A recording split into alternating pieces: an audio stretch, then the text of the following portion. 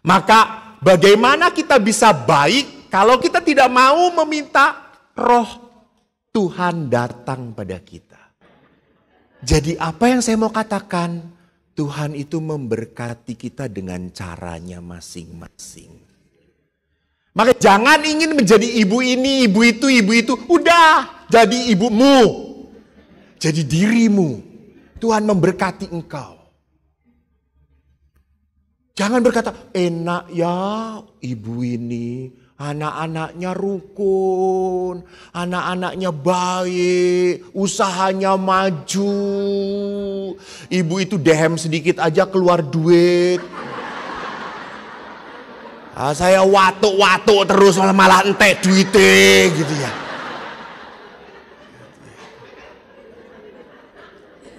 Jadi Bapak Ibu, lihat di sini. Kok udah pindah ya tadi? Hanya kekuatan doa yang memampukan. Dan Bapak Paus mengingatkan yang kelima adalah apa? Paus mengatakan bahwa menjadi lansia bukan berarti pensiun dari panggilan hidup. Pekerjaan boleh pensiun, pewartaan kepada Tuhan tidak boleh pensiun. Sampai kapanpun tugas kita adalah mewartakan cinta Tuhan. Mewartakan Injil. Injil itu apa? Apa itu Injil? Apa Injil, Pak? Kabar baik. Jadi Injil itu kabar baik. Kabar baik itu berarti apa? Membuat orang sukacita. Jadi kalau mewartakan Injil itu bukan memperkenalkan, nih Lukas, Yohanes, Matius, Markus. Bukan itu semata-mata. Mewartakan Injil itu kita berbelas kasih pada orang lain. Kita pegang orang lain yang mau jatuh. Pada saat ada oma yang sedih, kita temanin. Ma, kenapa sedih? Ya wes, kita doa sama-sama yuk. Itu lihat. Orang tua itu punya apa sih kecuali cuma punya doa, betul enggak? Kelihatannya sepele tetapi dahsyat, dahsyat. Doa, tapi dengan tulus. Karena doa dengan tulus itu berat. Saya harus mendoakan dia dan untuk dia. Tidak perlu ada emeng-emeng. Untuk diri saya sendiri. Nah, saya berikan doa ini untuk dia. Itu yang dikenal dengan doa syafaat. Doa untuk orang lain. Maka kalau kita sudah tidak bisa lagi melayani di sosial, di seksi katekese, di liturgi jadi lektor, ya jangan ngotot jadi lektor. Oh mau cowe pletat-pletut ya udah. Yesus berjalan berkeliling kota.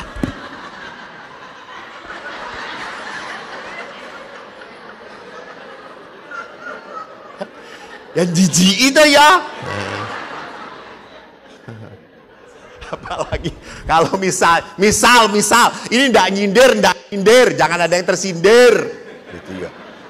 70 lebih masih misalnya sudah tidak bisa apa-apa, udah bergetar gitu ya. Mengasih komuni tubuh Kristus. Kan komuni itu lengket toh, tubuh Kristus.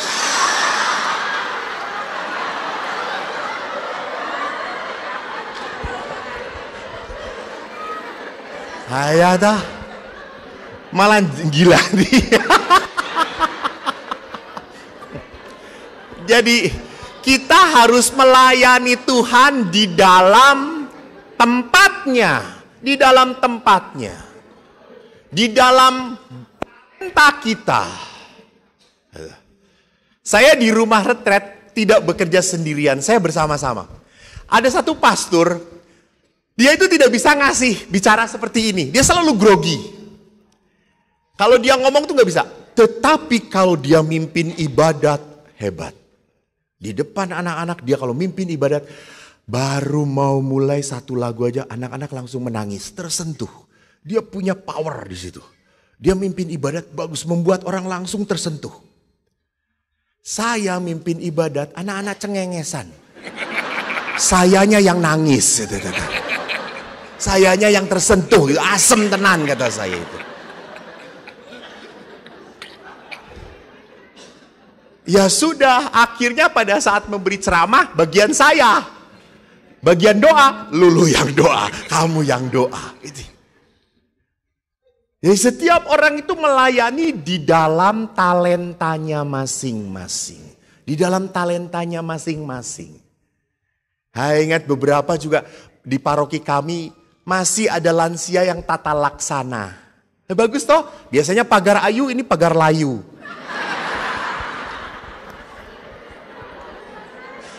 Tapi yang penting senyum toh ya, gitu ya, menarik toh. Selamat datang, sudah lama. Jadi berikan. Jadi Bapak Ibu ingat pada saat Bapak Ibu keluar dari diri Anda, maka Anda merasa bahwa hidup itu berkat. Tetapi kalau Anda di dalam hidup Anda hanya mikirin sakit, lemes, randuedit, matilah.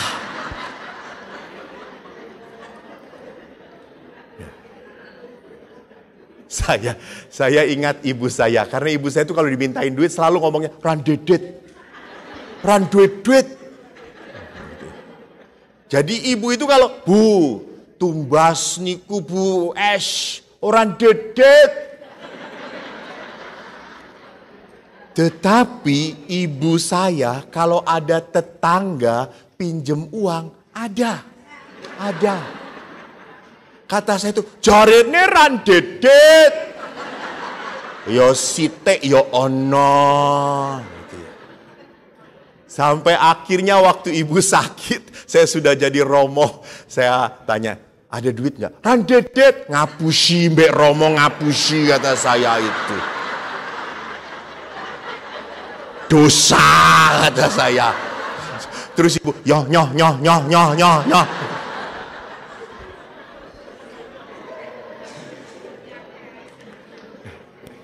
Saya senang 8 tahun ibu saya sakit stroke. Ibu hanya tinggal di kursi roda dan tertidur. Yang paling membuat senang adalah apa? Bagaimanapun ibu itu selalu menjadi sumber sukacita kita. Dan ibu itu selalu tidak mau kelihatan sedih di depan anak-anaknya. Asemedan ibu tuh. Walaupun sesakit apapun, ibu mengatakan apa? Aku ra gering. Padahal diinfus di sana sini. Nah, itu. Ibu selalu tidak mengatakan sakit, tidak mau. Tidak mau orang lain khawatir dengan hidup dia. Sehingga apa? Ibu itu selalu menjadi berkat dalam diri kita. Walaupun ibu terbaring tidak bisa apa-apa. Saya itu beberapa kali datang ke tempat ibu waktu di ICU. Waktu saya pamitan, Bu, aku mau tugas lagi. Ibu tuh selalu pegang tangan saya, lalu dia memegang kepala saya dan berkata, setia ya jadi imam, setia. Lalu diberkatin saya di kepala saya seperti waktu saya kecil. Dan itu membuat saya bahagia. Ibu tidak bisa apa-apa, tapi dia tetap masih bisa memberkati. Dia masih bisa mendoakan. Dia tidak bisa memasakkan lagi untuk kita. Ya, betul. Tetapi bukan berarti dia tidak berarti. Enggak. Dia bisa melakukan sesuatu untuk orang lain. Jadi tidak ada kata pensiun di dalam mewartakan cinta Tuhan. Yang keenam, seringkali lansia mengeluh, bukankah kesendirianku sudah jadi beban? Bagaimana mungkin seorang dilahirkan kalau sudah ia tua? Kata di dalam Injil Yohanes, tidak ada yang mustahil bagi Tuhan.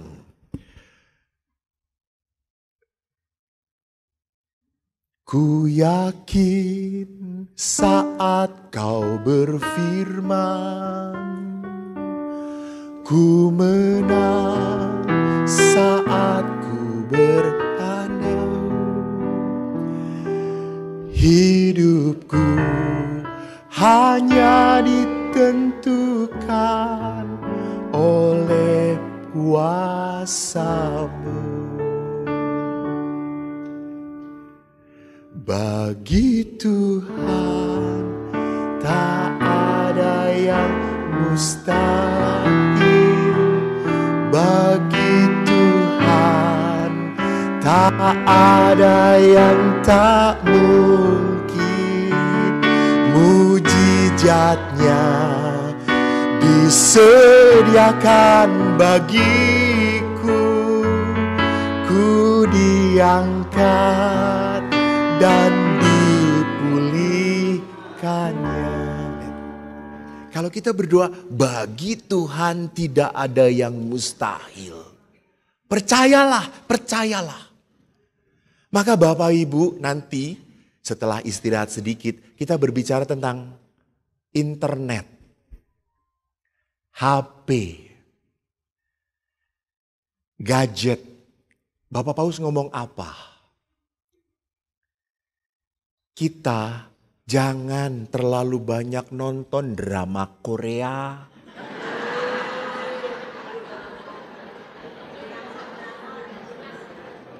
Annyeonghaseyo.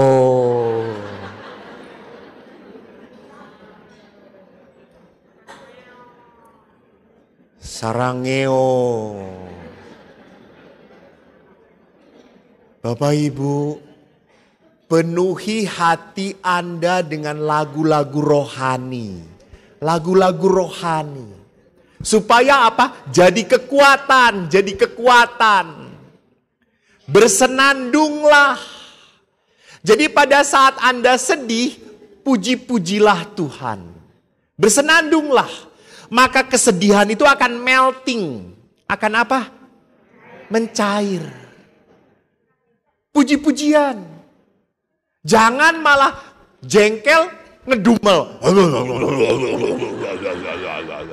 Nanti bibir Anda bisa dikondein gitu.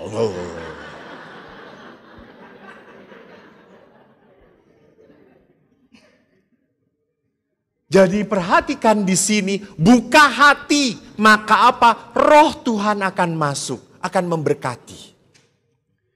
Karena di saat kita mau membuka, Tuhan berkarya. Tapi pada saat kita tidak mau meminta pada Tuhan, Allah pun tidak akan menunjukkan. Karena apa? Anda tidak butuh. Maka jelas sekali dikatakan, ketuklah pintu, maka akan dibuka. Mintalah, akan kau beri. Carilah, kau akan mendapatkan. Jadi apa yang maksudnya? Lakukan sesuatu. Lakukan sesuatu. Kalau kita ingin dapat mujizat dari Tuhan, lakukan sesuatu supaya Tuhan bisa memberikan mujizat. Saudara-saudaraku yang terkasih, Bapak Paus di dalam surat apostoliknya jelas sekali menguatkan kita, menegaskan kita, meneguhkan kita. Karena apa? Bapak Paus ingin bahwa di saat krusial ini, di saat yang membahayakan ini, Anda tetap berbahagia. Anda tetap damai, Anda tetap sukacita. Kenapa? Karena menerima. Dan kalau orang tua itu tolong perempuan masih apa? Walau namanya perempuan ya masih make up, bagus, dandan. Walaupun sudah pupur tebel-tebel pecah-pecah ya apa-apa.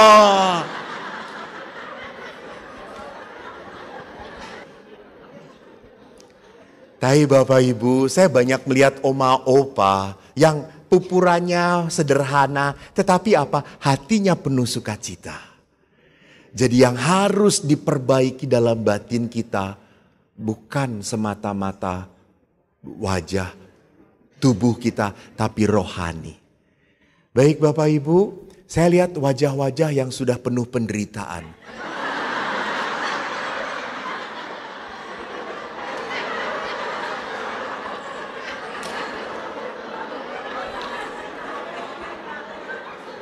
antara surga dan neraka.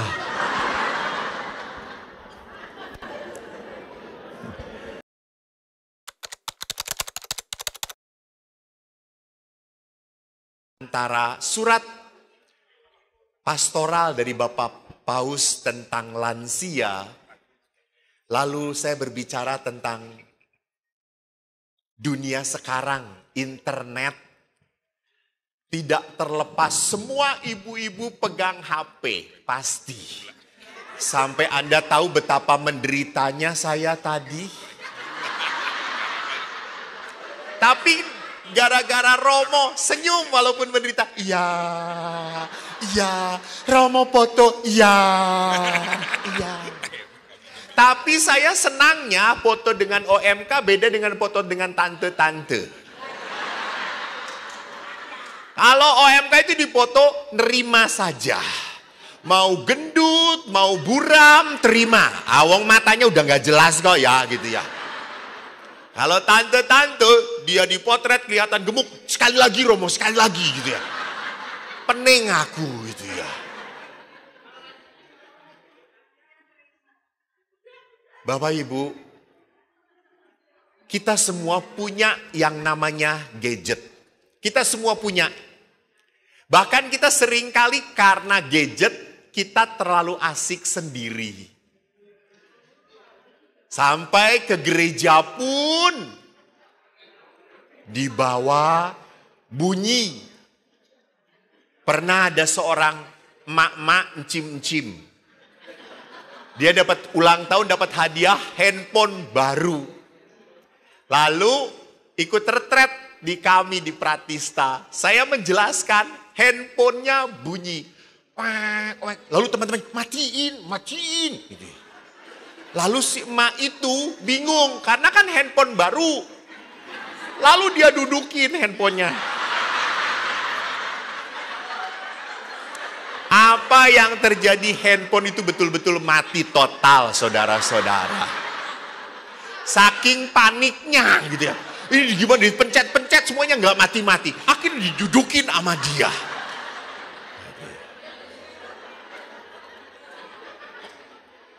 Jadi ada teknologi tetapi tidak bisa memakai. Kalau orang tua kan paling-paling handphone selalu, Romo, saya itu ingin touch-nya besar-besar. Karena sekali sentuh semua salah gitu. Saya kalau udah sama oma-oma di handphone, di WA gak jelas. JJAH, JJJJJ gitu ya. DDDD kakak-kakak ngomong apa ini. Lalu akhirnya saya jawab juga blep gitu ya. Saya baru tahu rupanya sudah bisa berbahasa roh gitu ya.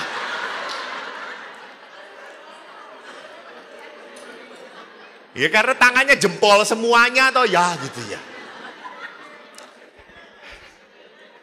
Nah, saya kok tertarik sebelum berbicara tentang apa yang dikatakan oleh Bapak Paus tentang internet. Next, bisa nggak aku? Next. Di next saja ya, next. Stuck lagi kah? Saya bulan depan ke sini saya mau bawa komputer sendiri, saudara-saudara.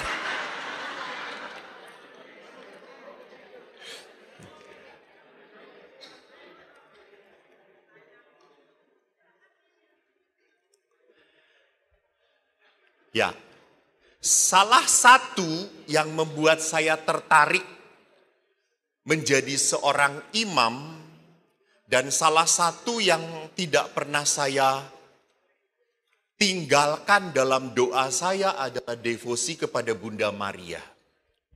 Coba saya tanya di sini, siapa yang tidak berdevosi kepada Maria? Tidak ada. Hampir semua orang Katolik berdevosi pada Maria dalam doanya. Kenapa? Karena Maria itu ibunya Tuhan. Dan Maria yang pertama-tama tahu bahwa anaknya adalah Tuhan. Maka kalau kita ingin tahu tentang Yesus, kita harus dekat dengan Ibu Maria. Nah, seringnya salahnya apa? Orang Katolik seringkali salah menempatkan Maria. Jadi saya selalu mengingatkan ibu-ibu, Bunda Maria itu tidak kita sembah. Yang harus disembah itu Tuhan. Maka di dalam gereja Katolik itu ada dulia, ada latria. Kalau dulia itu adalah apa? Worship, menyembah. Yang disembah itu Allah Bapa, Putra, dan Roh Kudus. Sedangkan latria itu adalah apa? Adalah menghormati. Saya menghormati. Kenapa saya menghormati orang kudus? Kenapa saya menghormati Maria? Karena mereka orang-orang yang sudah mulia. Di dalam gereja ada 3 kewarganegaraan. Dalam gereja. 1, orang-orang yang masih berjuang, yaitu kita di dunia ini. Yang kedua, orang-orang yang sudah mulia di surga, orang-orang kudus. Mereka bisa mendoakan kita. Maka di dalam litani kita berdoa, Santo Ambrosius doakanlah kami. Santo Athanasius, Santo Stefanus, biar tenang orang Cilanda.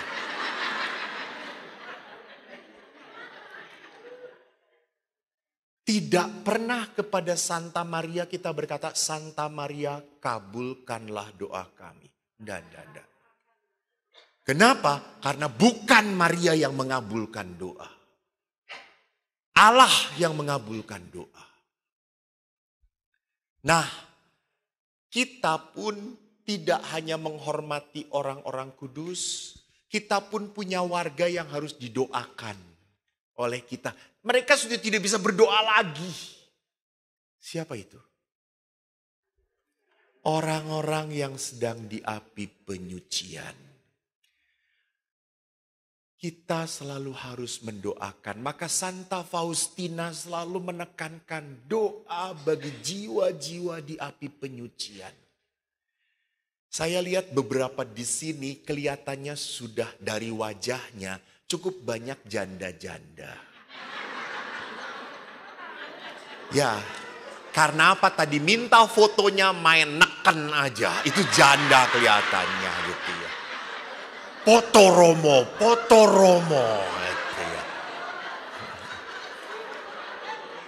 Tapi untungnya bukan janda kembang lagi.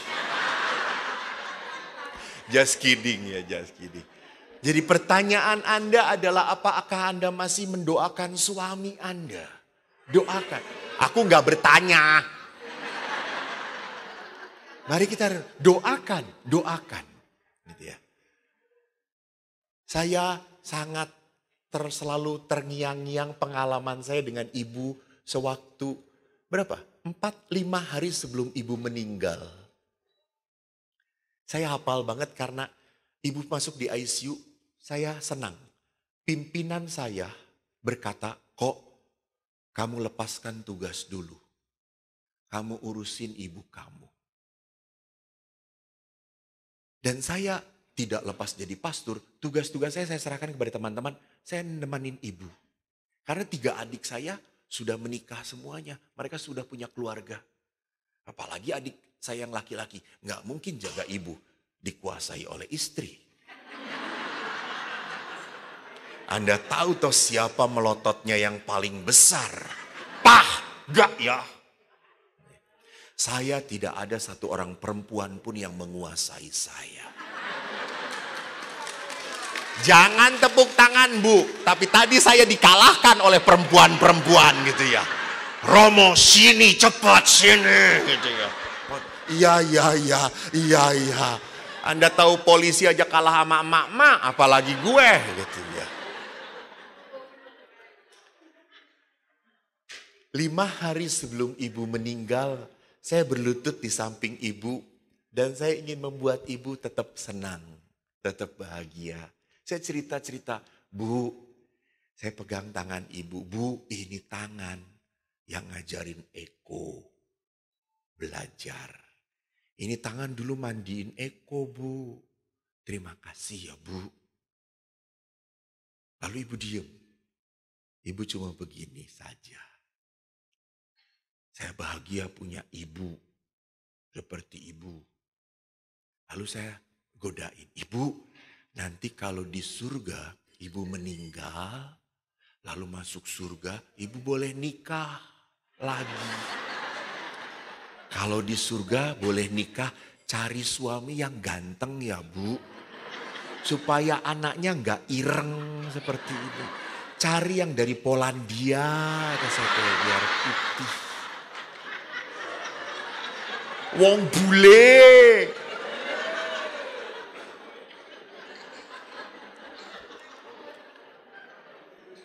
Dan begitu indahnya jawaban ibu adalah apa?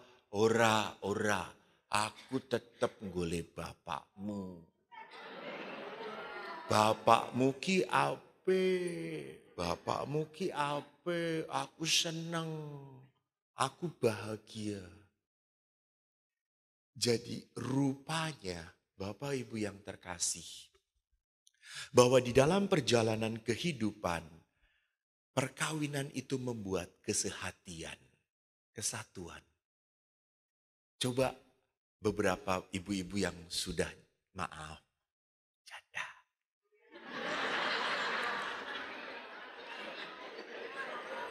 Saya tanya. Lebih berat mana? Lebih menderita mana? Lebih sakit mana? Sewaktu ditinggal wafat oleh pasangan atau oleh orang tua?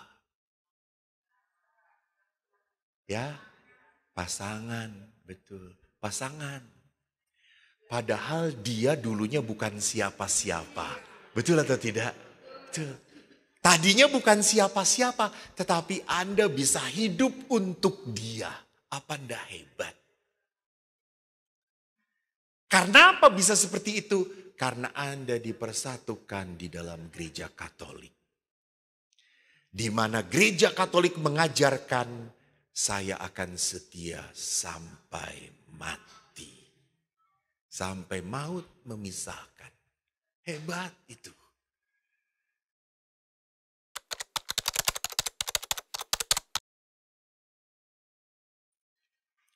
Jadi warga ketiga dari gereja adalah jiwa-jiwa di api penyucian. Kita harus berdoa. Supaya apa? Tuhan berbelas kasihlah, selamatkan. Ada yang bertanya kepada saya, tapi Romo suami saya itu Buddha, orang tua saya itu Islam. Ingat, doa itu tidak mengenal agama. Berdoalah. Biar tetap Tuhan berbelas kasih. Percayalah. Jadi orang itu berdoa harus landasannya apa? Percaya. Percaya bahwa saya bicara dengan Tuhan yang berbelas kasih. Bukan dengan seorang polisi atau hakim yang keras. Bukan. Dengan Allah yang berbelas kasih. Nah, Bunda Maria adalah sosok yang sungguh hidup dalam belas kasih Tuhan. Maka Bunda Maria dihormati, orang kudus dihormati. Dan kita pun menghormati apa? Benda-benda suci. Tadi beberapa, rosario, patung Bunda Maria, patung orang kudus, salib. Apakah kita menyembah berhala? Tidak. Patung itu, rosario itu, salib itu untuk membantu doa saya. Sehingga apa? Semakin terasa. Contoh, maaf, aku buka kartu. Tapi jangan inget-inget ya, apalagi cerita-cerita. Kalau cerita-cerita saya doakan Anda bisulan. Saya, cerita walaupun malu aku. Saya suka rindu ketemu dengan wanita dalam hidupku Yang paling berharga yaitu ibuku. Sudah berpikiran yang tidak-tidak toh. Saya selalu rindu dengan ibuku. Mana yang lebih membahagiakan? Dia membayangkan atau lihat fotonya? Lihat fotonya. Lihat fotonya langsung semua pengalaman itu muncul lagi. Dan saya bersyukur Tuhan, bersyukur. Itu foto. Apakah foto itu sama dengan ibu saya? Ya tidak. Foto itu membantu saya. Nah sama. Patung Bunda Maria pun membantu saya untuk berdoa. Maka ada beberapa yang mengatakan, Romo, patung saya itu kesenggol kucing, lah pecah. Hidungnya tuh gak ada Bunda Maria. Setiap berdoa tuh jadi aneh Romo saya. Bunda Maria kok pengek kayak gini gitu ya. Ya sudah, patung itu jangan dipakai lagi. Tapi sudah diberkati oleh Bapak Uskup yang mulia. Ya enggak apa-apa. Anda bawa ke gereja. Di gereja itu ada yang namanya sumur suci. Nanti di gereja biasanya dipecahkan. Tapi tidak akan perang gitu. Ditutup, dipecahkan. Lalu dimasukkan ke sumur suci. Kalau tidak Anda pun bisa melakukan itu. Remukkan saja, enggak apa-apa. Enggak apa-apa. Juga sama dengan rosario. Kan beberapa rosario, ibu-ibu kan kalau malam kan sambil tidur kan rosario gitu. Bangun-bangun, baru 10.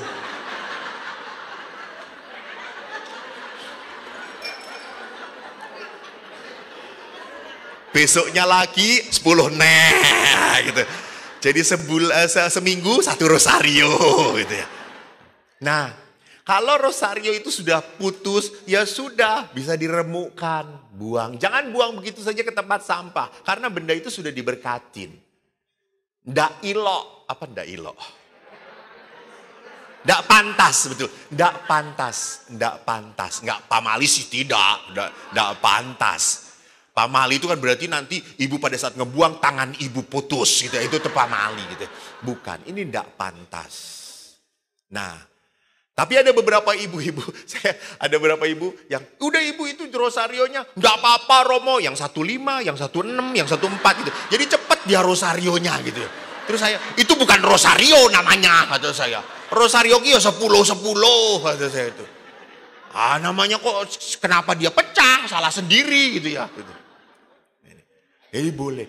Itu benda-benda kudus. Kenapa kita mohon? Supaya apa? Saya disertai Tuhan. Saya disertai Tuhan. Saya itu sering jalan kemana-mana. Kadang-kadang nginep entah itu di rumah umat. Kadang-kadang pasturannya kecil. Lalu saya ditempatkan di tempat penginapan. Suatu hari saya ditempatkan di tempat penginapan yang tua, saudara-saudara. Dan saya baru tahu bahwa di situ banyak yang meninggal. Saya masuk ke kamar itu, saya kebetulan bawa salib Benediktus. Kok aku ndak enak ya, ndak tenang ya. Akhirnya rosario. Anda tahu rosario selesai, tetap ndak bisa tidur aku. Akhirnya saya, Yesus, Yesus, kretek, Yesus. Yesus, jangan toh Yesus. Lama-lama karena kata-kata Yesus itu saya tertidur. Bukan karena tenang, karena kecapean saudara-saudara. Tapi apa? Itu benda-benda rohani itu mengingatkan kita bahwa kita itu sudah milik Tuhan. Bahwa kita dilindungi Tuhan. Kita jadi eling lagi. Sama seperti Bapak Ibu juga pegang cincin nikah. Ya kecuali sudah digadaikan.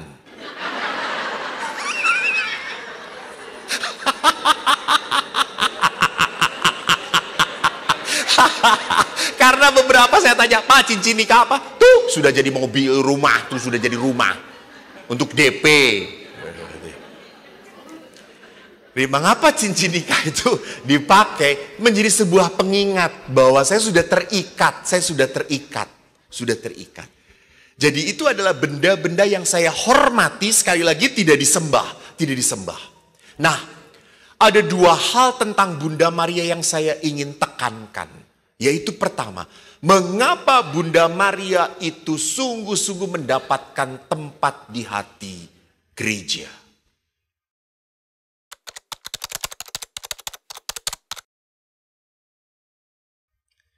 Kita harus sadar, Maria dihormati memang tidak ada di dalam kitab suci. Karena jangan pernah dilupakan, gereja Katolik itu mendasarkan imannya pada 3 hal. Kitab suci, tradisi, dan magisterium gereja, ajaran gereja. Nah, Maria dihormati itu karena tradisi sejak zaman para rasul. Bapak Ibu, saya tanya dahulu. Biasanya OMK tahun 70-an tuh pinter kok. Biasanya. Saya tanya, mana yang duluan lahir? Mana yang duluan ada? Gereja atau kitab suci?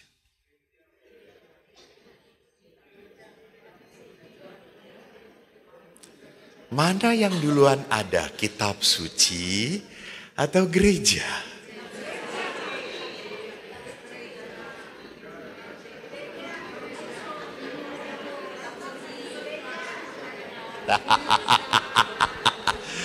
Ibu, Bapak, oke, terjadi kekacauan di tempat ini.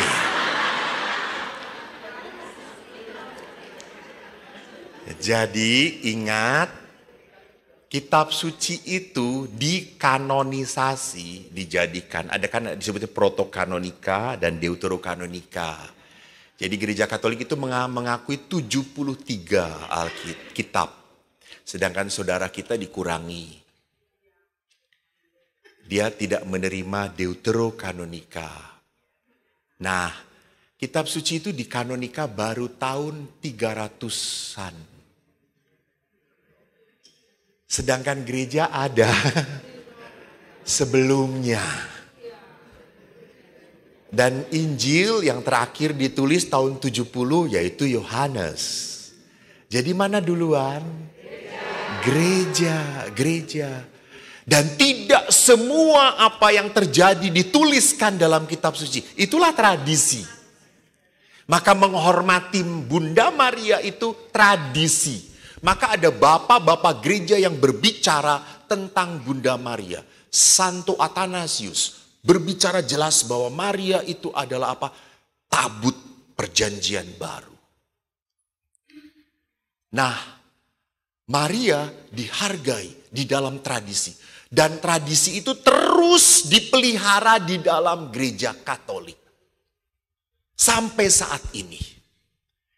Sehingga kalau Pentakosta itu salah satunya, dulu kan Pentakosta itu merayakan di zaman Yahudinya pesta setelah panen.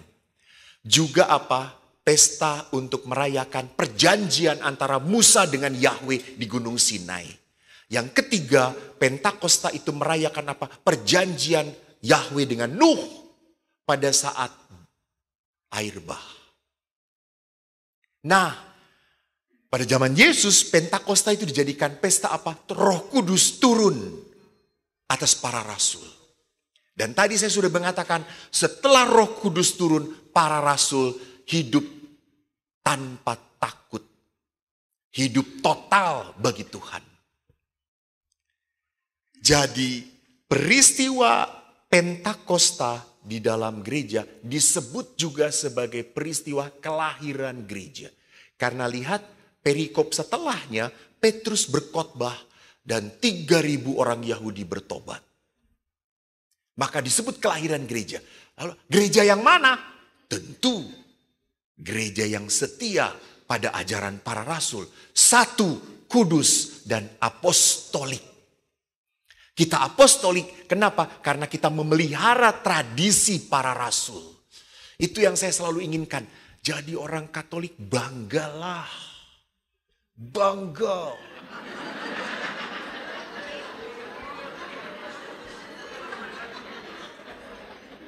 Jangan ada orang Katolik saya tanya mama, "Ma, bangga nggak jadi orang Katolik?" Bangga. Kenapa? Nggak ada perpuluhan, enak.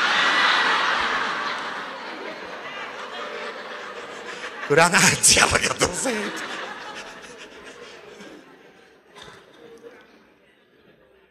Jadi kalau kita lihat tadi bahwa gereja sudah begitu lama bertahan, gereja kita. Dan selalu memelihara tradisi. Maka Bunda Maria yang pertama, kenapa kita hormati, kita muliakan? Karena Maria dipilih oleh Allah. Karena rahmat Tuhan menyertai dia. Pertanyaan, apakah kita disertai rahmat Tuhan atau tidak? Iya juga, iya. Lalu apa bedanya dengan Bunda Maria? Yang kedua, Maria sungguh-sungguh taat pada perintah Allah. Maka karena taat, Maria digelari sebagai apa? Bunda 7 kedukaan. Edan. Jadi ketaatan itu berarti apa? Siap sakit hati. Siap kecewa. Tapi walaupun seperti itu, Maria selalu berkata, terjadilah padaku seturut kehendakmu. Saya sewaktu Prapaskah ikut jalan salib. Saya berhenti di perhentian keempat di mana Yesus bertemu dengan ibunya. Saya sedih. Ibu yang mana sih tega melihat anaknya menderita? Betul atau tidak? Pasti Ibu Maria nangis. Karena ibu itu bahagianya kalau ngelihat anak bahagia. Wih, saya kok seperti ibu-ibu aja ya. Nah, betul. Ibu tuh walau selapar apapun, sebelum belum makan, anaknya datang, "Mama buatin super mie, Ma. Aku belum makan." Ibu gak akan ngomong, "Aku juga belum makan. Meneng kowe. Tak emplok muter kowe." Gitu ya. Enggak. Ibu juga akan berkata, "Ma, buatkan super mie." Ya wes, tak buatin super mie. Anaknya makan kenyang. Ibunya melihat sukacita. Karena ibu-ibu tuh gak pernah makan. Hanya mencicipi, saudara-saudara. Dan yang kagetnya Romo mencicipi saja sebesar ini. Apalagi kalau makan gitu.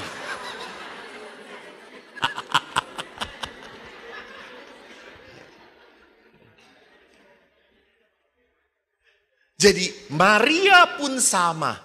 Begitu pedihnya melihat anaknya seperti itu. Bahkan pada saat kadang-kadang saya melakukan doa malaikat Tuhan. Di Helena itu ada Pieta di belakang. Ibu Wati pasti tahu di belakang.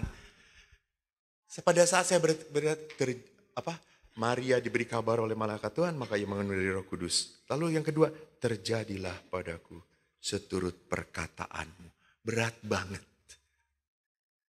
Memangku anaknya yang meninggal. Banyak ibu-ibu yang pada saat anaknya meninggal berkata, "Tuhan, kenapa bukan saya saja yang mati? Jangan anak saya. Dia masih muda. Saya sudah tua. Saya sudah tidak bisa apa-apa. Kenapa bukan saya saja?" Halo, itulah misteri kehidupan. Maria tidak mengerti, tapi taat. Kita pun harus seperti itu. Walaupun menangis, walaupun pedih, saya tidak mengerti. Ya sudah Tuhan, saya terima. Saya emplok. Saya nikmati itu. Saya nikmati. Maka pada saat orang belajar taat itu tidak mudah. Dan Maria seperti itu. Maka dari itu kenapa gereja mengatakan ini wanita mulia. Maka kita bahagia kalau berdoa selalu disertai Maria. Kenapa? Ingat, di dalam kitab suci dikatakan, doa orang benar bila didoakan dengan yakin besar kuasanya. Doa orang benar. Apakah kita orang benar? Belum, bukan tidak. Belum, masih jauh. Maka kita membawa Maria, orang benar. Maka kalau berdoa, Tuhan jangan lihat saya, lihat Maria. Ini bundaku, ya bunda, doakan.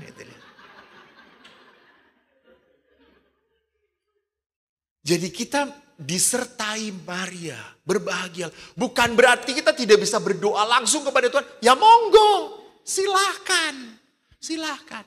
Tetapi doa rendah hati, doa yang tahu diri. Maka kita bersama Maria berdoa. Ingat, rosario pun bukan doa kepada Maria. Doa kepada Tuhan. Ingat dalam rosario, semuanya merenungkan siapa? Dudukin bu, dudukin bu. Rosario semua merenungkan siapa? Yesus. Peristiwa gembira pertama. Merenungkan tentang Yesus. Maria menerima kabar baik. Maria mengunjungi Elizabeth saudarinya. Yesus lahir, dipersembahkan, diketemukan. Lihat. Lalu setelah itu peristiwa terang dulu. Ya, terang itu tentang kehidupan siapa? Yesus. Baru peristiwa apa? Sedih. Tentang siapa? Yesus. Baru peristiwa mulia. Tentang siapa? Jadi rosario itu doa kepada siapa? Yesus. Kita berdoa kepada Yesus, merenungkan peristiwa Yesus bersama siapa? Maria. Maria. Jadi bersyukurlah kalau kita punya Bunda Maria. Jangan takut. Jangan takut dikatakan kamu enggak. Kita menghormati. Kenapa? Karena Yesus yang ngasih Maria kepada kita kok. Ingat sebelum Yesus mati? Bicara kepada siapa Yesus? Kepada Petrus, Yohanes.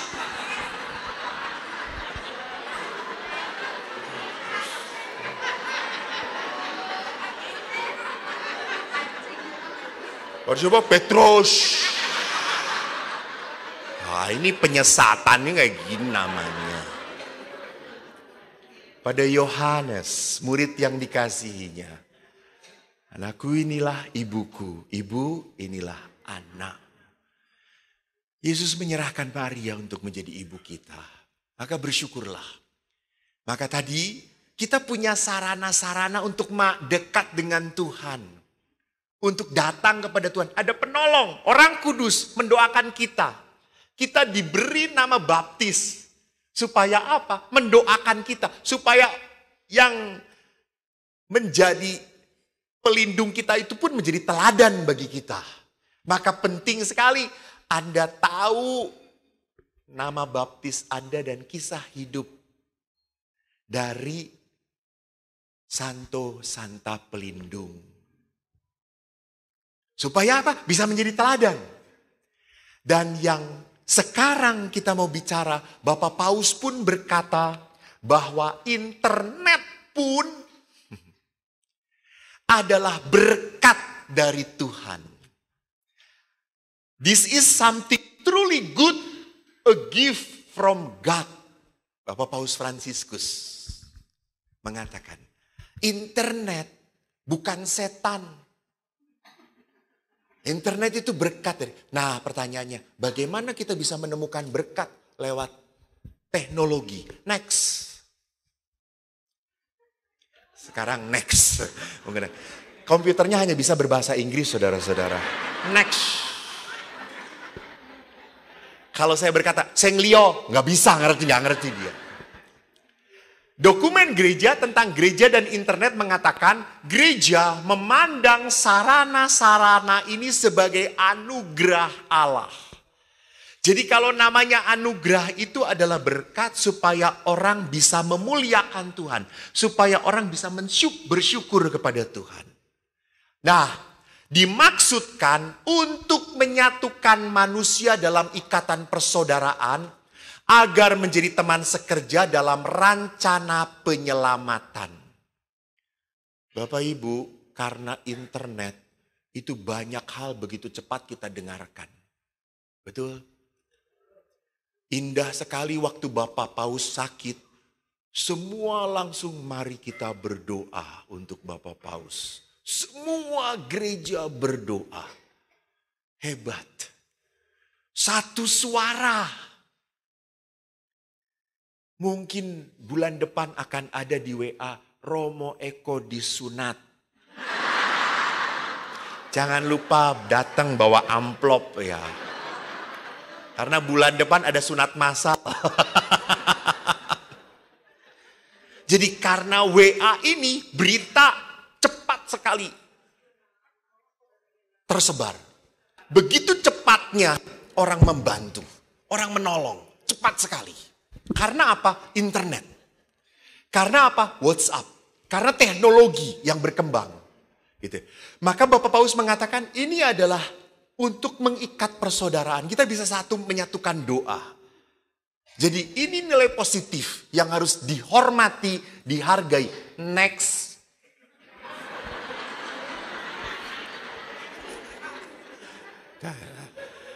Aja gak bisa bahasa Inggris. Dengan mempertimbangkan media komunikasi sosial dari sudut pandang itu, kami menemukan bahwa media komunikasi sosial sangat membantu, menyegarkan hati, mengembangkan budi dan menyiarkan serta memantapkan kerajaan Allah. Saya beberapa juga waktu saya datang ke sini, ada oma-oma yang datang kepada saya, Romo terima kasih khotbah-khotbah Romo di YouTube. Saya kalau nggak bisa tidur, saya buka setel YouTube Romo. Dan akhirnya saya tertidur. Wah, asem kata saya itu.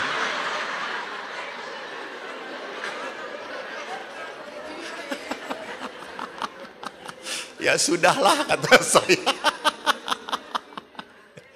Jadi bahwa sekarang apalagi setelah pandemi, lihat. Saya senang bahwa begitu banyak imam pun tampil akhirnya. Mewartakan apa? Tentang kekatolikan. Saya suka. Kita akhirnya semua makin tahu. Oh gereja itu kayak gini. Oh gereja itu kayak gini. Lalu bahkan pada saat pandemi kita bisa misa online. Hanya kan yang lucunya misa online kan sambil WA-WA-an. Ini romonya kepanjangan, belum selesai-selesai. Aku sudah selesai. Ya wes pindah wae ke situ ya. Ya wes pindah channelnya gitu ya. Walah asem tenan kata saya tuh. Misa kok pindah-pindah kata saya. Ini kok banyak kesuwen pindah wae neng kene gitu.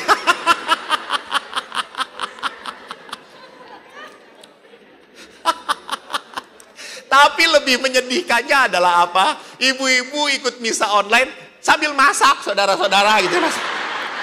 Terus pada saat konsekrasi, dung.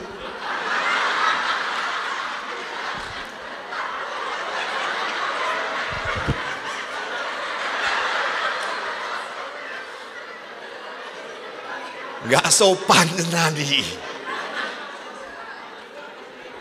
Padahal live streaming gitu dah. Ya sudah, itu salah satu negatif. Nah, maka Paus Paulus ke-6 mengatakan gereja harus merasa bersalah jika gagal menggunakan media komunikasi untuk evangelisasi. Jadi media komunikasi itu untuk evangelisasi. Jadi bagus Bapak Ibu. Share hal-hal positif. Hal-hal positif, jangan hal-hal yang menakutkan. Awas di torjol ada orang loncat. Nggak perlu di-share kayak ngono. Hal-hal positif yang membuat orang menjadi apa? Sukacita, dikuatkan, diteguhkan. ini memakai media sosial dengan baik. Yohanes Paulus menyebut media sebagai apa? Areopagus yang utama. Saya tidak mau ini next. Walaupun realitas virtual dunia maya tidak dapat menggantikan komunitas antar pribadi yang otentik dan realitas sakramen-sakramen liturgi. Lihat, jadi misa online itu tidak ada di situ yang asli sebetulnya. Kenapa? Mari kita baca ya. Kita ikutin lagu Komuni Batin. Karena Engkau hadir di sini, daku.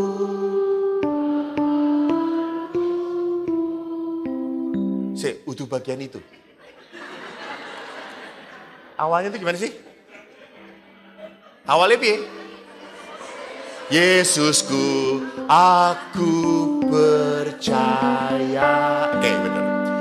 Engkau sungguh hadir dalam sakramen Maha Kudus. Aku mencintaimu lebih dari segalanya, dan aku merindukan kehadiranmu dalam jiwa. Nah, ini bagian yang penting. Karena sekarang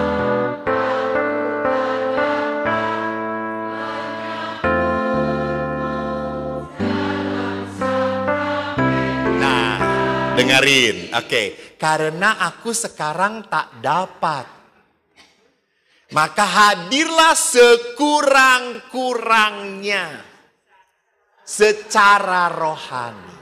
Jadi kan sekurang-kurangnya secara rohani. Ya itu di misa online. Kalau di misa yang nyata, wow, kehadiran Allah nyata. Maka tidak bisa digantikan. Misa offline, misa yang hadir itu sungguh-sungguh sakramental. Maka dikatakan tidak bisa menggantikan realitas sakramen atau pewartaan Injil. Internet melengkapi,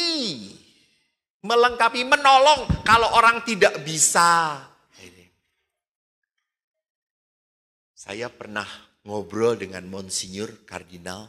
Saya tanya, Monsinyur, Bapak Kardinal, beberapa paroki itu mematikan misa online ya, misa online. Supaya orang kembali lagi ke gereja. Gitu. Terus Monsinyur berkata apa? Ya, Monsinyur itu kan sangat bijaksana. Penuh kasih. Monsinyur itu berkata, ya tetap ada apa-apa. Untuk yang sungguh-sungguh tidak bisa ke gereja. Betul. Untuk yang sungguh-sungguh tidak bisa ke gereja. Toh membantu mereka. Oh ya betul juga. Jadi orang yang sungguh ingin mendengarkan santapan sabda, firman, akhirnya mendapatkan. Tapi sekali lagi itu melengkapi. Maka mereka pun tetap butuh komuni kudus.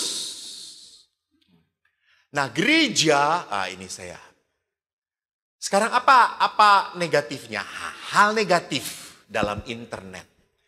Pada tingkat yang sangat dalam di dunia media sosial, seringkali kadangkala bisa tidak jelas, malah bersikap memusuhi iman dan moral Kristiani. Dalam internet kan berita-berita di YouTube pun tidak ada sensor. Kan kita tidak tahu siapa yang memberi. Langsung kita baca, tonton, percaya. Gitu ya. Itu yang tidak benar. Karena tidak ada sensor. Pernah ada sebuah cerita yang menarik sekali bahwa Yohanes Paulus itu kan, Santo Yohanes Paulus sudah meninggal. Lalu diberitakan, Yohanes Paulus menjadi muslim. Tapi ya ceritanya toh yo. Gitu ya. Awang beliaunya sudah menjadi orang kudus kok. Dia sudah pindah agama. Akhirnya Anda pernah toh juga dapat toh seperti itu berita. Itu aduh Tuhan. Kalau kita langsung mental saja pilih, aneh loh, lihat pemimpin gereja kita saja sudah murtad. Ayo bareng-bareng metu. Gitu. Parah. Bahkan tidak hanya itu, Bapak Paus pun di dalam suratnya mengatakan bahwa seringkali di internet muncul situs-situs kebencian. Maka tolong, kalau Anda tersinggung di WA group, jangan langsung left. Sitik-sitik left. Gak genah grup ini left. Dan tidak perlu sekali lagi di WA group untuk saling menyakiti. Kita harus punya hati yang lembut. Tidak perlu mengungkapkan kekecewaan di WA group. Kalau Anda kecewa secara pribadi, ya kontak pribadi saja. Tidak perlu disebar. Ibu-ibu, lihat ada yang pamer mobil baru. Nggak ajak-ajak. Saya jalan kaki, dia cuma lewat doang. Oh alah, udah miskin sombong lagi gitu ya.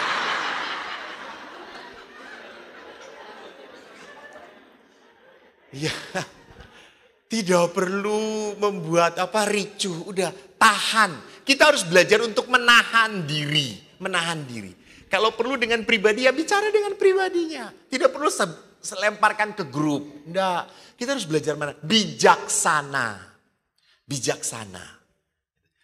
Bijaksana itu berarti apa? Saya mikir kalau saya diperlakukan seperti itu apa? Perasaannya. Saya menghargai perasaan orang lain karena saya pun ingin dihargai. Yang ketiga, merebaknya situs-situs web yang menamakan diri Katolik, menciptakan masalah, membingungkan, bahkan seringkali merusak. Ada di dalam gereja Katolik pun orang-orang yang membenci iman kita. Di dalam gereja Katolik. Baru kemarin saya sharing dengan seorang romo. Karena saya datang ke paroki, gerejanya lumayan. Tapi perumahan, di sekitar perumahan. Lalu saya tanya, Romo, kalau Natal dan Paskah pasti bludak toh? Iya kok. Lalu parkirnya gimana? Di tempat jalan-jalan mengganggu, Romo. Itulah Romo, kata beliau ini kepada saya. RT, RW-nya, orang Muslim dan orang Buddha, Konghucunya baik-baik, nerima orang Kristen, maklum karena sedang Natal dan Paskah. Malah yang protes orang Katoliknya. Malah orang Katoliknya yang jok-joki, manas-manasin RW untuk demo ke gereja. Menyedihkan toh. Jadi memang ada di kita di gereja Katolik orang yang ke gereja tetapi hatinya tidak cinta pada gereja. Menyedihkan. Harus seperti apa dengan orang-orang seperti ini? Apakah kita racun? Nggak boleh. Kita berdoa.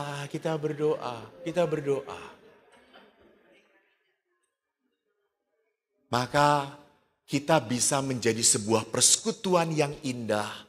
Kita bisa menjadi persekutuan yang penuh kasih kalau kita merawat cinta. Jadi saya menekankan dua hal sebagai penutup seminar singkat atau rekoleksi singkat ini. Pertama, Ibu, Bapak, Allah masih memberikan berkat kehidupan untuk Anda. Terimalah dengan rasa syukur. Orang bersyukur itu berarti apa? Satu, lebih mau melihat hal yang positif, yang baiknya. daripada yang jeleknya. Hal positif, walaupun saya sudah tidak bisa jalan, saya masih bisa ketawa. Walaupun saya ompong, saya masih bisa makan enak. Masih bisa menikmati. Nah, cari hal positifnya maka saya bisa bersyukur. Orang bisa bersyukur maka dia akan sukacita. Jadi kunci pertama adalah apa? Bersyukur. Bersyukur. Anda akan sukacita. Dan yang kedua, orang yang bisa bersyukur, sukacita, pasti mudah berbagi cinta. Berbagi berkat. Anda punya sesuatu, kasih. Jangan disimpan. Ngapain? Toh mati pun tidak dibawa. Asih. Bingung ngasihnya. Saya kasih alamat saya nanti.